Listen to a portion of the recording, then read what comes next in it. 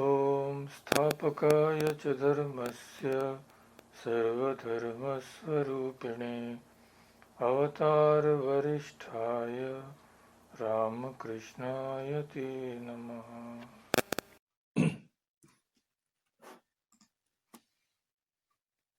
So last time, as you remember, we had discussed the philosophical schools of Buddhism, and today we will discuss the religious schools of Buddhism. So philosophical schools, just to recapitulate, we had seen that there are 30 philosophical schools of Buddhism, not counting the smaller ones, but there are 4 major schools, and those are Shunyavada, Vijnanavada, Bahya Anumeyavada, and Bahya Pratyakshavada. So these are based on 2 questions: whether there is any reality or not, and secondly, how is the external reality known? So Shunyavada says that there is no reality, everything is Shunya. The Vijnanavadi says that only the mental world is real, and the Bahya Anumeyavadi and the Bahya Pratyakshavadi, they say that both the mental and non-mental world are real. But as we saw, actually Shunyavada doesn't deny all reality, but it denies only the apparent phenomenal world perceived by us.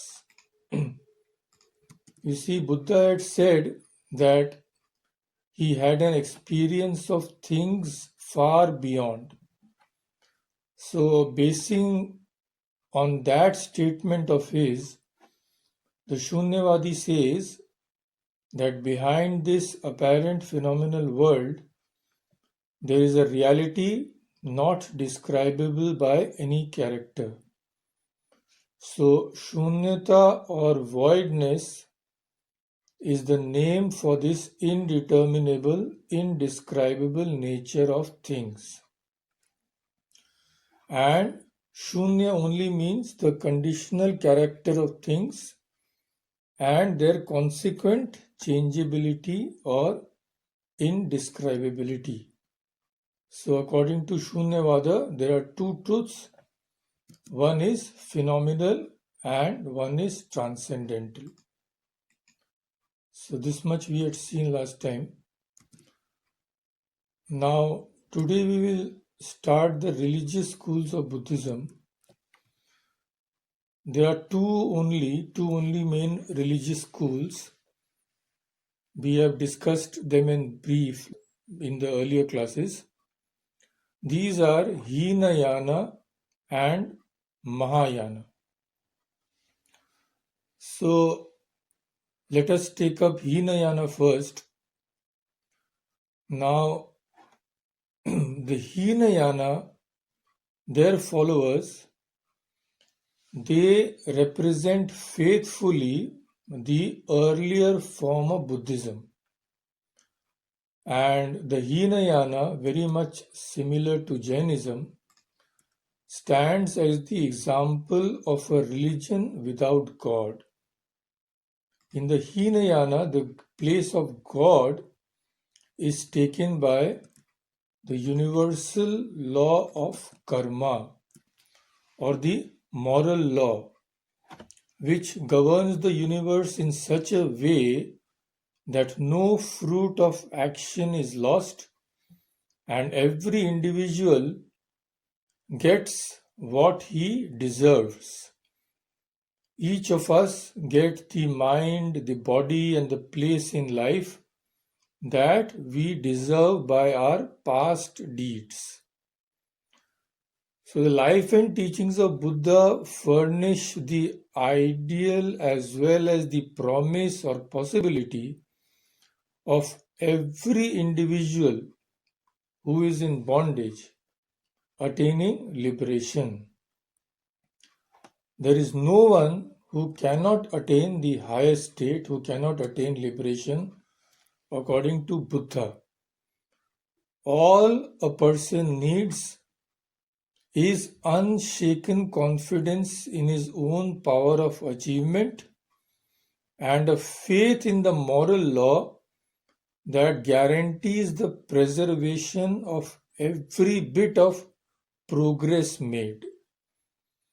You see, when a person has the belief that whatever he does will never be wasted, the law of karma will ensure that today or tomorrow he will surely get what he has worked for.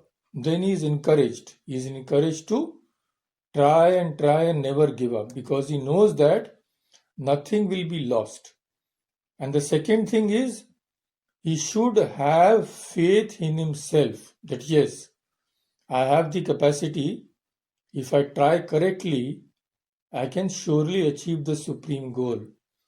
So this faith in oneself, Swamiji has also asserted again and again. So only these two are required according to Buddha, that faith in one's own self and faith in the law of karma, which ensures that nothing we do is ever lost. We are sure to get the results of every deed today or tomorrow. So, having these two qualifications, the Hinayanist hopes to obtain liberation in this or any other future life by following Buddha's noble path. His goal is arhatship, as we have seen, and arhat is one who is liberated, who has attained nirvana.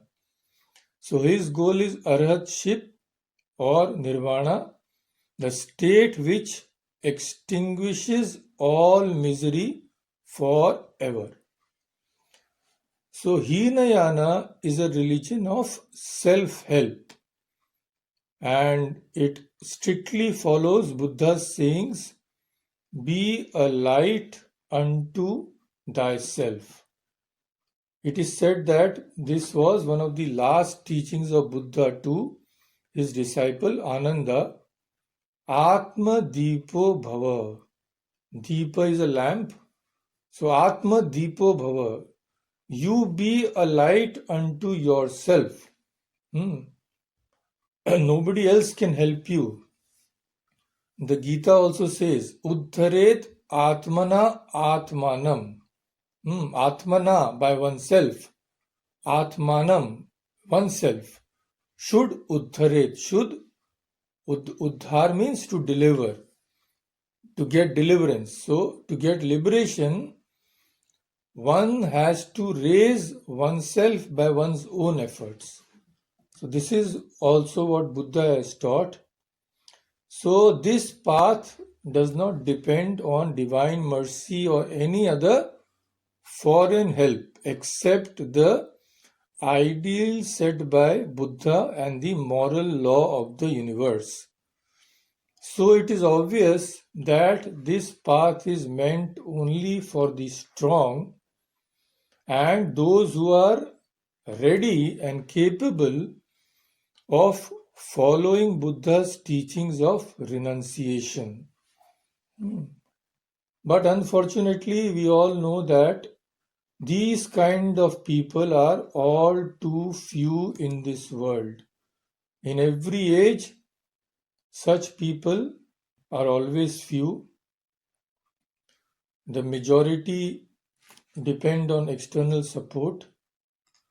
So here also, in Buddhism also, what happened was, as the fold of Buddhism widened in course of time, it came to include not only the few select persons fit to follow this difficult ideal, but also multitudes of half-convinced converts who neither understood the path nor had the necessary moral strength to follow it.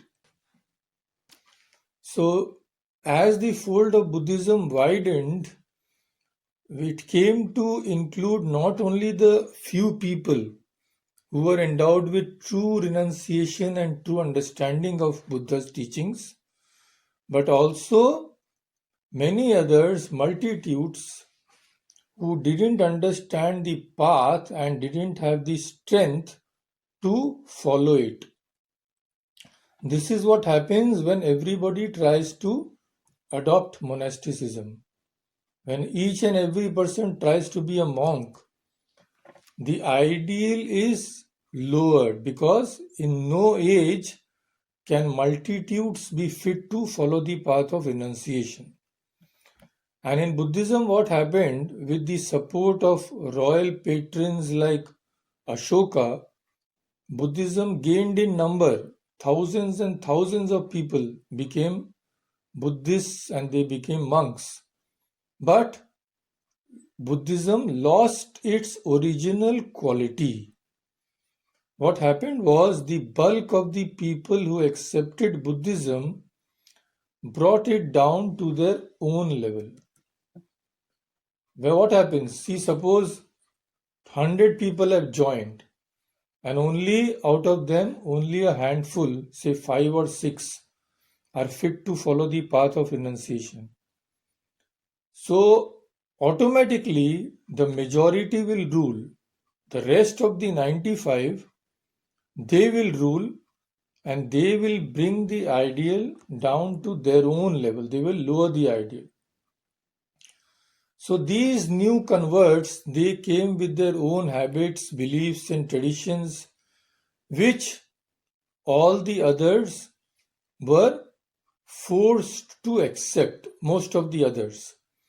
So these new converts, they became a part of the new faith which was formed.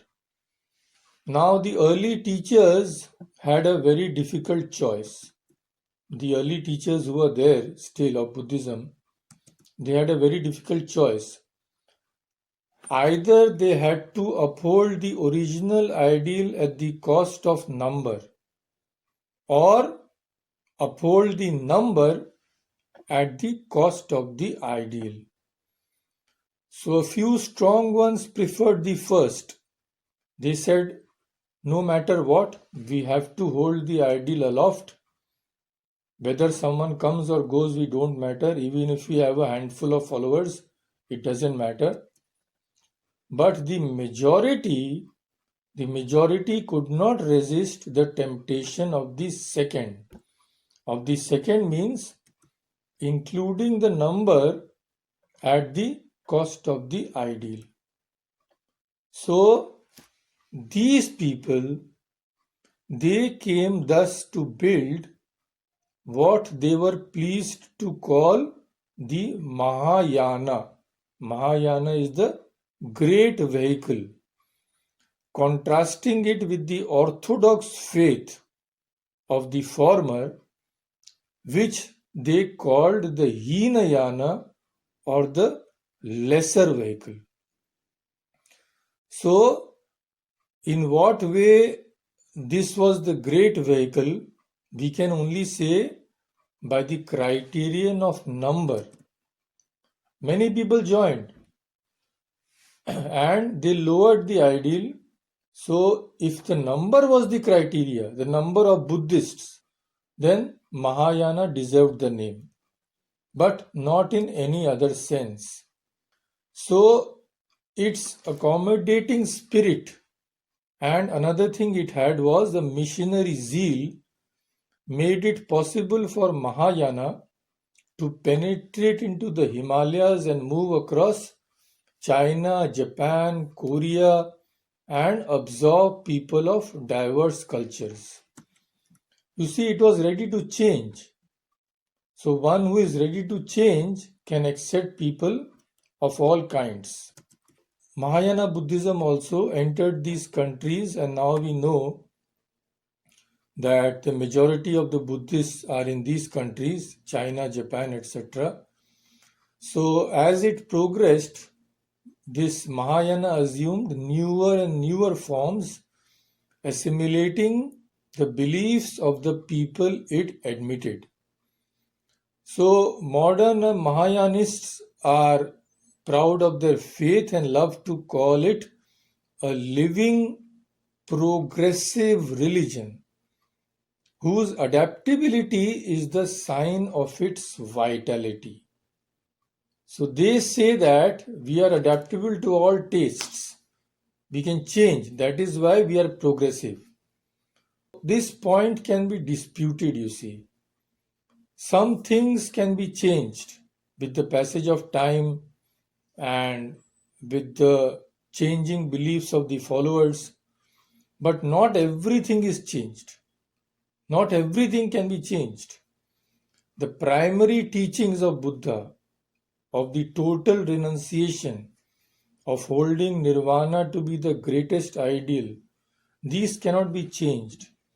So, those who thought that these ideals of Buddha cannot be changed, they came to be known as Hinayana, and the so-called progressive ones, they came to be known as the Mahayanas. Now, Mahayana introduced many new elements in Buddhism, and they were also sometimes conflicting because all these were made much after Buddha, you see. And these principles are made by people who were adaptive to change. So many times the principles the Mahayanas formed, those also contradicted each other. So anyway, these principles are a great number to discuss in detail. We will discuss only the three most important principles which the followers of the new school or the Mahayanists introduced into Buddhism. The first was the ideal of Bodhisattva.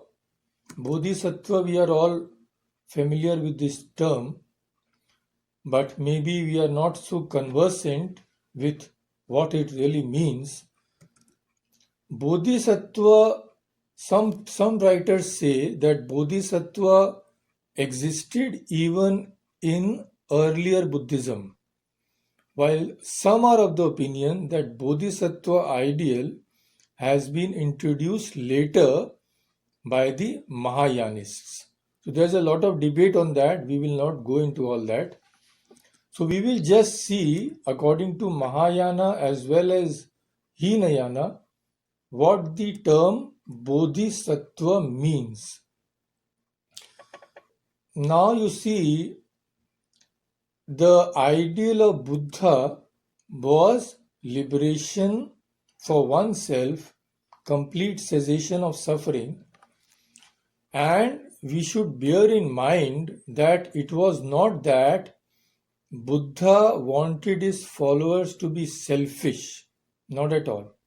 See, Buddha, after attaining nirvana, what did he do? He didn't sit in a cave and give up his body thinking that he had achieved whatever there was to achieve. Not at all. Then he gave his whole life, the rest of his life, he gave his whole life to teaching others the way of liberation. As we know that Swami Vivekananda has said that Buddha was one of the most unselfish persons the world has ever seen. Even nirvana he did not want for himself, but he was so moved by the sufferings of everybody that he thought he had to find out a way and teach people how to get rid of this terrible suffering. So it is not that Buddha did not preach and did not most unselfishly give up his life in the service of others. Of course, he did so. But what was the change in Mahayana? See, Mahayana, what did they do? They laid more stress on the liberation of all sentient beings. The Mahayanists laid more stress on that rather than personal liberation, and they held that as the ultimate goal of every Mahayanist's spiritual aspiration. According to them, the vow that a devout Mahayanist is expected to take is that he would try to achieve the state of enlightenment, bodhisattva, but not to live aloof from the world, but to work with perfect wisdom and love among the multitudes of suffering beings for removing their misery and achieving their salvation. So this was the bodhisattva ideal. So according to them, one who has attained this ideal of enlightenment works for the salvation of other beings and is called a bodhisattva. So love and wisdom, karuna and pragya constitute the essence of his existence. So speaking about such perfect persons, Nagarjuna says, Nagarjuna, the great founder of the Madhyamika school, about whom we have discussed last time. So the ideal bodhisattva, ideal Mahayanist, about him, Nagarjuna says, thus the essential nature of all bodhisattvas is a great loving heart, and all sentient beings constitute the object of its love. So all bodhisattvas, in order to emancipate sentient beings from misery, are supposed to be inspired with great spiritual energy and mingle themselves with one and all while remaining free from attachment. So they are like what Sri Ramakrishna has described as the lotus flower. That is how the ideal Mahayanist should live. He should work for the liberation of all sentient beings, live amongst them, and not be contaminated with all the impurities which may exist in the society. So this is a very noble ideal, no doubt. But the problem is, how many can achieve that? That is the question. You see, we forget that only one who has liberated himself can really help others attain liberation. So, when one tries to compromise on the ideal of renunciation, then even personal liberation becomes impossible. So how can that person who has not attained his liberation by practicing sadhana and adopting a life of complete renunciation, how can he help others? He cannot help. So what happens is, in the name of this ideal of bodhisattva, that yes, go and mix with all, our ideal is to liberate all and we should be behind, others should be forward.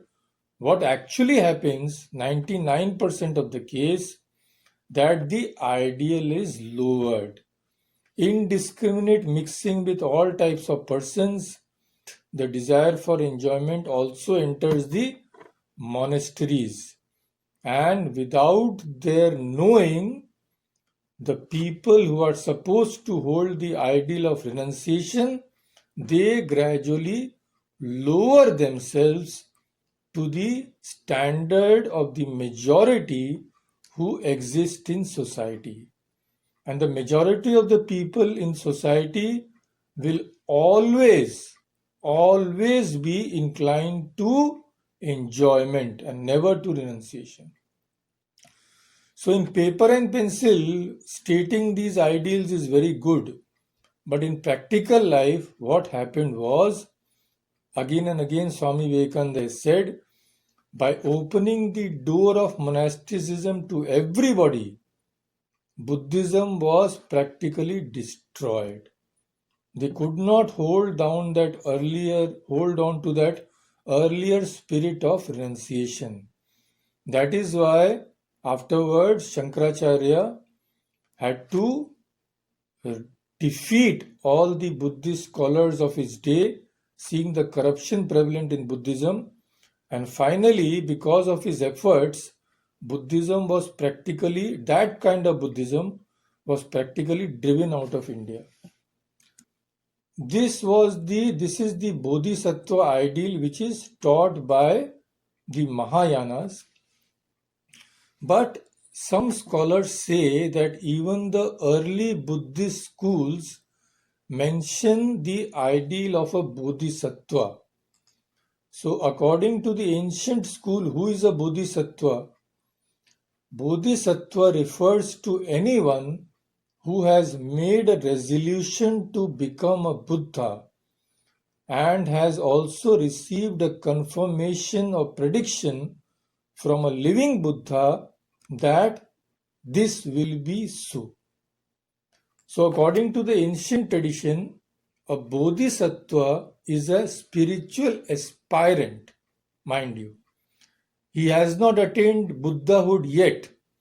A Bodhisattva who is a spiritual aspirant approaches his Guru, and when the Guru also tells him, yes, you can attain Buddhahood, you can attain liberation, then that spiritual aspirant becomes a Bodhisattva. So the term Bodhisattva is used in the early texts to refer to Gautama Buddha in his previous lives. Okay. As a young man in his current life, in the period in which he also was a spiritual aspirant. Okay, so please note this. According to the early schools of Buddhism, a Bodhisattva was a spiritual aspirant who had not attained Buddhahood. And Lord Buddha, Bhagwan Buddha, is often referred as a Bodhisattva when he was in his previous lives, and in his present life also when he was a young aspirant who had not attained Buddhahood, when he was working towards his own liberation. So it is said that during his discourses to recount his experiences as a young aspirant, Buddha regularly uses the phrase, when I was an unenlightened Bodhisattva. So the term Bodhisattva therefore connotes a person who is bound for enlightenment, who is destined to become enlightened, but who has not yet attained enlightenment. So in the Pali Canon, the Bodhisattva is also described as someone who is still subject to birth, illness, death, sorrow, etc. And some of the previous lives of Buddha as a Bodhisattva are featured in the Jataka tales. The Jataka stories, I think most of you are familiar with. In India, they are very popular. The Jataka tales are a voluminous body of literature. Actually, they are native to India, and they concern the previous births of Gautama Buddha in both animal and human form. So the future Buddha there appeared sometimes as a king, sometimes as an outcast, sometimes as a god, sometimes as some animal also. But in whatever form, he exhibits some virtues that help all others who come in contact with him. Often the Jataka tales include an extensive cast of characters who interact and get into various kinds of trouble. Then Buddha comes and solves their problems by his virtue and saintliness. This is the theme of most of the Jataka stories. So in the Jataka stories, Buddha is a bodhisattva because it is the story of his previous lives in which he has not attained enlightenment. So please note the ideal of bodhisattva differs in Hinayana and Mahayana. Hinayana we have already just said right now. A bodhisattva is a spiritual aspirant. But in Mahayana, a bodhisattva refers to anyone who has generated bodhicitta, a spontaneous wish and compassionate mind to attain to Buddhahood for the benefit of all sentient beings. So contemporary Mahayana Buddhism follows this model and encourages everyone to ceremonially take bodhisattva vows. With these vows, one makes the promise to work for the complete enlightenment of all sentient beings by practicing noble virtues. Noble virtues are very similar to what we have discussed in the divine qualities. So this is the ideal of bodhisattva which was given great stress by the Mahayanists. This is the first point. Second point, the second concept which the followers of Mahayana introduced was the idea of Buddha as God. Okay, Buddha as God. As we discussed just now, that Buddha never told his followers to worship him as God. He said that, like I have attained liberation, every one of you can also attain it by self-effort. So the Hinayanists had to depend on their own self-effort and the universal law of karma. But we all know how difficult it is for human beings, for ordinary human beings, to have such a tremendous faith in oneself that without seeking any external help, he will tread bravely on the path of liberation. For most of the people, it is not possible. See, when an ordinary man finds himself crushed by so many failures and so many struggles, so his spirit becomes weary, we all become tired, and we all turn to some other source of mercy and help. So we turn to God. A religion of complete self-help, when we are buffeted by life's miseries, can never really comfort most of us. To such forlorn multitudes, Mahayana holds out the hope that Buddha's watchful eyes, are every time upon us. Like, what do we believe? We, the followers of the Vedanta, what do we believe? That God is always looking after us. If we are true to ourselves, God will certainly protect us. So this is a great comfort to us. Mahayana, the followers of Mahayana, also hold out such an ideal before their followers. They say that Buddha is God himself, and his eyes, his watchful eyes, his protection is always with those who follow his teachings.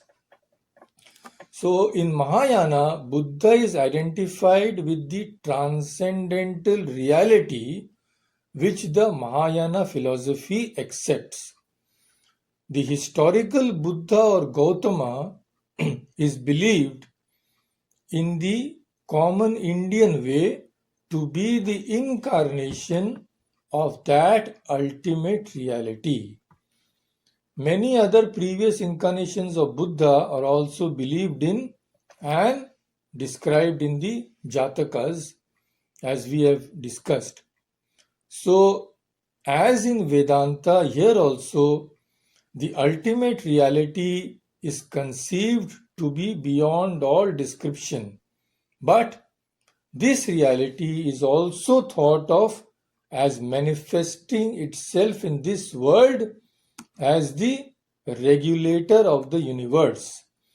And to this, the regulator of the universe, the Buddhists give the term Dharma Kaya. Dharma Kaya. So, in this aspect of Dharma Kaya, the ultimate reality or Buddha is anxious for the salvation of all beings, and he lends himself to incarnation in different spiritual teachers and helps all beings out of misery. So, for all practical purposes, Buddha as the Dharmakaya takes the place of God, to whom weary souls can pray for help, love, and mercy. In this aspect, Buddha is also called Amitabha Buddha. Amitabha. Amitabha, you know, what does it mean? Amita Abha. Abha means light, lustre. Here it stands for knowledge. Amita means limitless, infinite. So, Amita Abha Yasya, one who has infinite knowledge. This is the name of Amitabha. So, in this form, in Buddhism, Buddha is known as Dharmakaya or Amitabha Buddha. So, thus the religious hankerings of those who accepted Buddhism are also satisfied by Mahayana by identifying Buddha with God. So, this was also a very important principle of Mahayana Buddhism, which led to its great expansion. Because most of the human beings are weak. They want a God whom they can worship and adore. See, that is why we see the greatness of Vedanta, you see. Vedanta has a place for everything. Knowing this, our rishis and great teachers, they knew this, that if they denied the lower forms and kept only the higher forms, the majority of the people would not be able to follow. So we accept everything. And as Sri Ramakrishna, that's why Sri Ramakrishna is known as the Veda Murti, he symbolized this liberal aspect of Vedanta to the greatest extent possible. He never refused anything.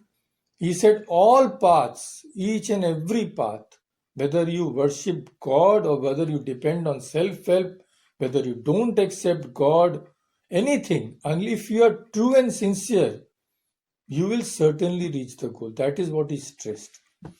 So this is the liberal spirit, and that is why even after thousands of years, millions of years, Vedanta stands as it is.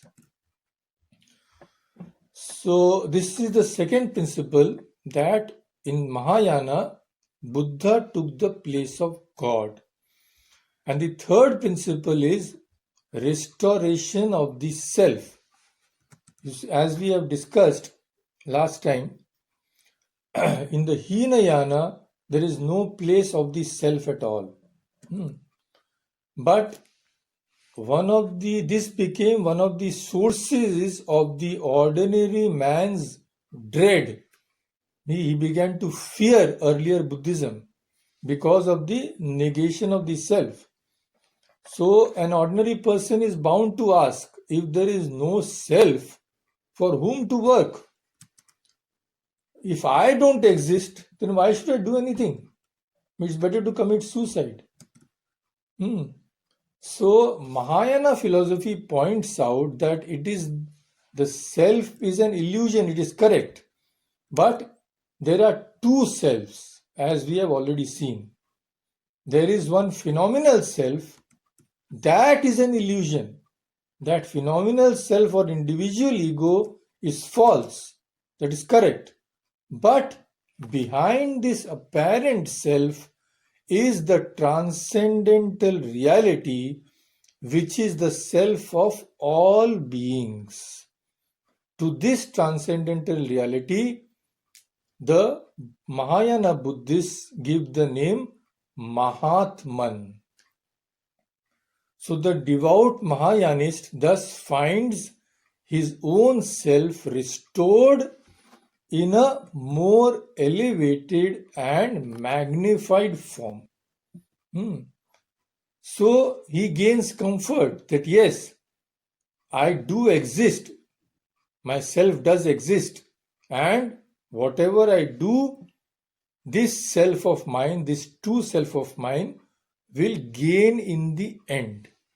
So this gives an impetus for struggle. So these three principles were either introduced or modified by the followers of Mahayana Buddhism. First was the ideal of Bodhisattva. This ideal, some say that also exists in the Hinayana, but the meaning differs slightly. Second was Buddha as God. This was introduced by Mahayana. It did not exist in the earlier forms of Buddhism. And the third was the introduction of the self. This was also modified by the Mahayana. They said that, yes, it is true that there is no self. The self is an illusion. But this is only true of the apparent self or the ego. The true self is our transcendental self, which we can attain in nirvana. So these are the major changes which the Mahayanists brought into the fold of Buddhism, and which were in no small measure responsible for the great spread of Buddhism in countries like China and Japan. Most of the Sanskrit texts from Pali also, most of them have been translated into Chinese, you must be knowing. So it has spread greatly now, we all know. So just to sum up, we will just discuss the similarities between Hinayana and Mahayana, and also the differences between the Hinayana and Mahayana, just in a short way, so that it will be absolutely clear to us. You see, the Hinayana and the Mahayana resemble each other in the following respects. First, enlightenment is the goal of Buddhism. Both of them agree that spiritual enlightenment is our true goal. Both of them aim at the removal of ignorance and achievement of liberation. This is the first point. The second point, both believe that the world is without beginning or end. All phenomena are subject to the law of causation, which we have seen, the law of pratitya samutpada, that there can be nothing without a cause and there can be nothing which is unproduced. So there is no first cause. This is the second point in which they both believe. Thirdly, both of them believe that everything in the world is transitory, impermanent. It is all flow and flux. Nothing is permanent in this world. And fourthly, that there is no permanent ego or self. This ego is denied by both, mind you. Even the Mahayanists say that the ego is false. There is only a impermanent stream of consciousness. Fifthly, both of them believe in the law of karma. Both of them believe that this law governs all incidents of the world. Sixthly, both of them believe in transmigration due to karma. Transmigration, mind you, not in the sense which Hindus believe, as we have already discussed, that no, they don't say that this soul goes out of one body to another body, but they say that the stream of consciousness leads to future births. And lastly, they both believe in the eightfold noble path which has been taught by Buddha. So these are the similarities between the Hinayana and the Mahayana. Now, let us see the differences. There are 6 main differences. So, the Hinayana regards Buddha as a historical person, while the Mahayana regards Buddha as God, as the transcendental, eternal, and absolute principles who saves all beings by being the Dharmakaya or the Amitabha Buddha. Second difference is the Hinayana believes in one Buddha, the historical Gautama, while the Mahayana believes in an infinite number of bodhisattvas who take a vow to attain perfection and liberate all sentient creatures.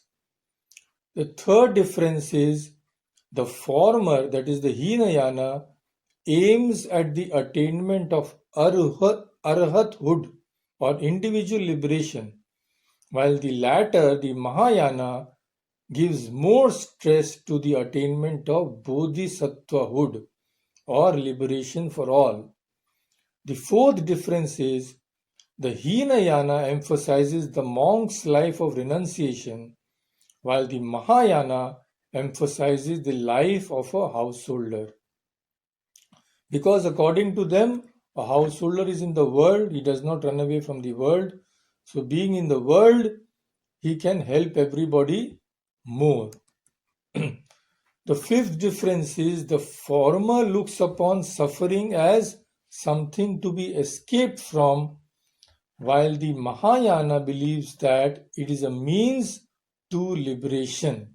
So, according to the Mahayana, the Bodhisattva should voluntarily undergo suffering for the liberation of all beings. And the last difference is the former, that is the Hinayana, believes in the impermanence of everything. But the Mahayana says that behind this impermanence, there is also a transcendental reality which is permanent.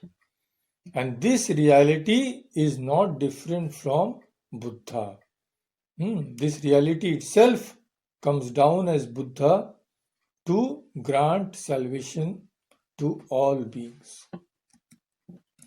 So these are in a nutshell, these are the similarities and the differences between the Mahayana and the Hinayana. But in the conclusion, I will quote from a beautiful book on this Indian philosophy. In a beautiful way, these two, Hinayana and Mahayana, have been combined. It says, to impartial observers, the mighty current of Buddhism, like every current, naturally divides itself into two parts: the narrow but pure and impetuous stream that runs through the solitary uplands near the source, and the gradually widening river that floods and fertilizes the vast plains below, though not unmingled with the other streams that increase its volume and the way, and not unsoiled with the vast amount of dirt that it carries down. The first without the second would remain sublime, but the second without the first would cease to be. So it's a beautiful depiction. It says that a stream is coming down from a mountain. So Hinayana is that stream in its initial stages. It's a very narrow stream. Only a few people can benefit from it, but it is immaculately pure. And what is Mahayana? When that stream comes to the plain and becomes a mighty river, what happens? It can benefit so many people. But the downside is it has to mingle with so many other streams, and all the dirt and filth of the way also enter into that. So, if the second one is not there, the first one would not be so useful. And if the first one was not there, the second one would have no existence at all. So this is a absolute, I found it so beautiful, very nice way of putting it. I thought that the class would be over in half an hour, but again I've taken 1 full hour and I'm tired of speaking, so Mahabharata we can have later. So as usual, we will end now, and then one by one, all who want to ask something or say something. Om Shanti Shanti Shanti Harihi Om Tat Sat.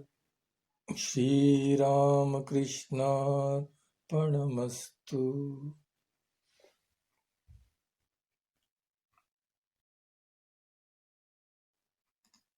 Aishwari, nice to see you again. Thank you, Swamiji. Yes, I definitely agree. The beauty of that statement about the purity in the beginning, and how in order to help more people get to that level of purity, the purity will have to not at all. Not in order to help people. It is never that. When the majority lower the ideal of renunciation, when they give more importance to other things, when they start giving more importance to the world, and when in the name of doing good to everyone, they start this indiscriminate mingling. And I see. I get it. I get it. Okay, I gotcha. Thank you for the clarification, because these are some of the concepts that sometimes makes it a bit confusing for me. So things are seeping in to this idea. It's not in the name of helping others, but it is getting diluted, is what you're saying. Absolutely. Okay, gotcha. A true spirit of help, a true spirit of service can never lower anybody or anything. Right. And in practicality, I think when we observe other faiths as well, this problem exists in those philosophies and faiths as Absolutely. well. Absolutely. Yeah. It has to happen. You see, if this did not happen, then God would not have to take the trouble to come down and again.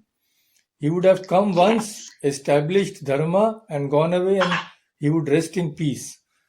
But poor chap, he cannot do, because every time what happens, he gives something, but human beings can't hold on to that. They dilute it because they are selfish, and they lowered the ideal to suit their own taste. When God sees that whatever I had given is all lost, then he has to come again.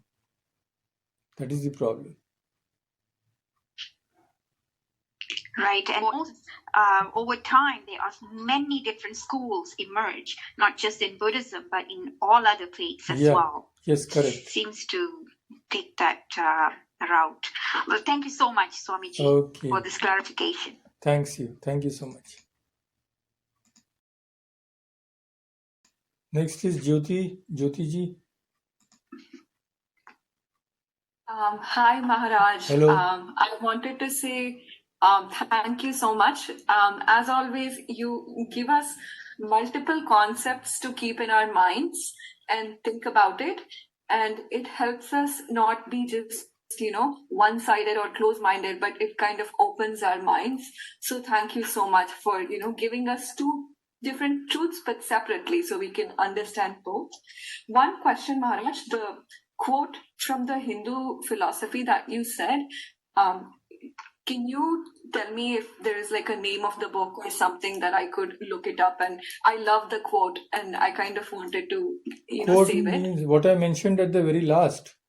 Yeah, that one about the narrow stream and the Yeah, gods. that is from Chatterjee and Datta, Introduction to Indian Philosophy, in their chapter on Buddhism. Thank you, Maharaj. Okay, thank you so much. Mr. Oki. Yes, thank you very much.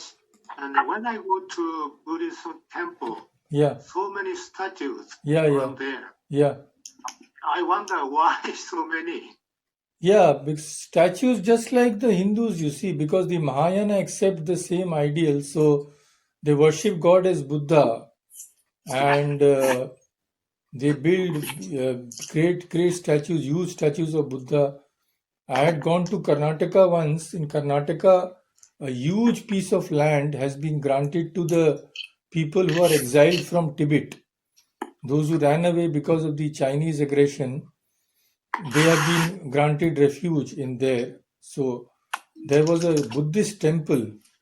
So when I entered it, the huge statue which I saw, simply it was mesmerizing. I mean, the height, I can't even guess how high it must have been. Huge statue of Buddha.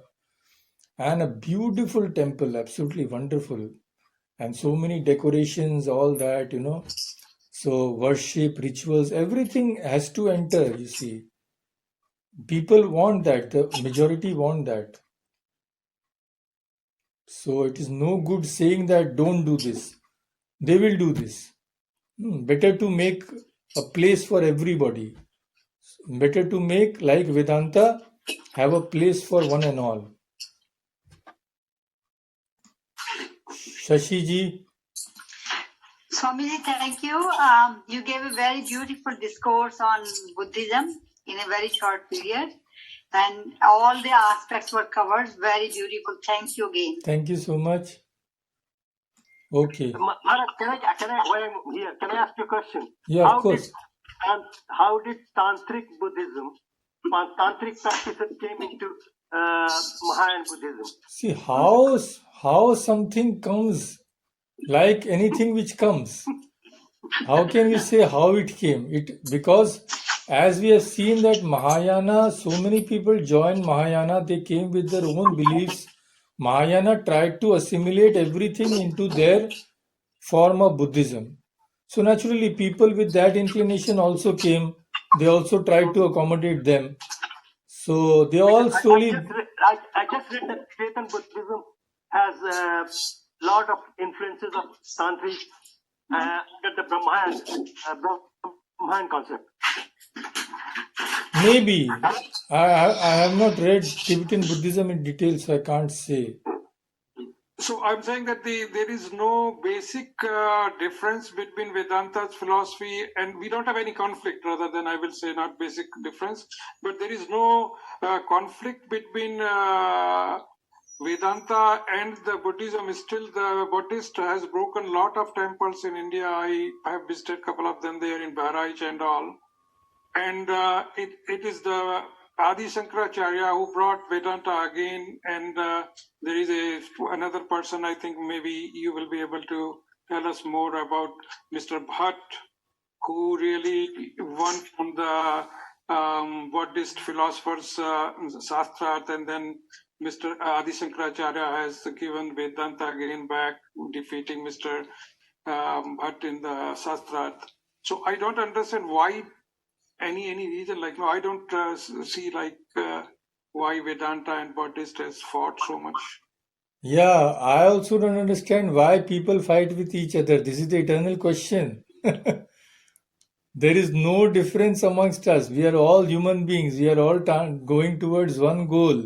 We should all live in mutual harmony. So what you have asked is the eternal question. Why do we quarrel? There is no need to quarrel at all. No, my question is specifically between Vedanta. There is no specific in this. There is nothing. There is the quarrel between so-called Buddhism or so-called Hindus. This quarrel is not separate at all from the other quarrels which take place in the world. They are all part of the same thing.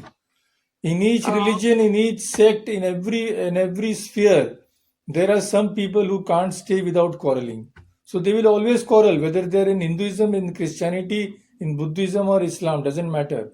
So it is not that the Buddhists who quarrel with the Hindus or the Hindus who quarrel with the Buddhists, they have a feather in their cap which distinguishes them from everybody. No, they are all bunch of same troublemakers. No, Buddha is taken as a reincarnation of Vishnu. No. Who has said that? Who has said that? Nobody. Very few accept that. You can see, you are venturing into the realm of faith. Faith means as many faiths, so many people. You will say that Buddha is reverenced as the incarnation of Buddhism. Not all will believe you. Many Hindus will come to fight you if you say that. So these are questions of faith. Now problem is, what does the problem arise when we want people to believe the same thing in which we do? Now one person will stand up, he will say Buddha was the incarnation of Vishnu. Another person stand up, no, I don't believe that, let us fight. So this is the situation of the world. What can you do? You can't do anything. There is no how and why. You cannot find any answer by doing research for hundreds of lives also. Thank you, Swamiji. Yeah, okay. No, the only thing is that why I was saying is that the Islam and Hinduism has got many different things where we can differ. But Vedanta, as it is for most of the people in India, Buddha is still a very virtuous person. Yes, but problem is, if you go to find similarities also between Islam and Hinduism, you will find many similarities. Like teaching brotherhood of everyone and all. If you go to find differences, you will find differences. So it depends upon our attitude, you see. Sri Ramakrishna did not find any difference in anything. Sure. He also practiced Islam, he also practiced Hinduism with the great same enthusiasm. When he practiced Christianity, he saw that all his Hindu thoughts are going away. Even Divine Mother went going away, everything going away. With such faith he practiced. So he did not see any difference anywhere. So difference or antagonism or similarity or love, these are in the eyes of the beholder, you see, not outside. Thank you. Maharaj, I like to make only one comment that he truly enjoyed your talk on the Buddhism because I learned a lot. Thank I had you. different ideas about some of the Hinujana and Mahayana, but now I know there are wrongs and you explained it very, very nicely, and I really liked it very, very much. So Jainism and Buddhism are over. Now next we will start with the Shad Darshana, or the 6 orthodox systems of philosophy, of which the most important are the Sankhya and the Vedanta, of course. But we will start from the lesser important ones, the Nyaya, Vaisheshika, then we will go to Sankhya, then we will go to Yoga, because Yoga is nothing but Sankhya applied.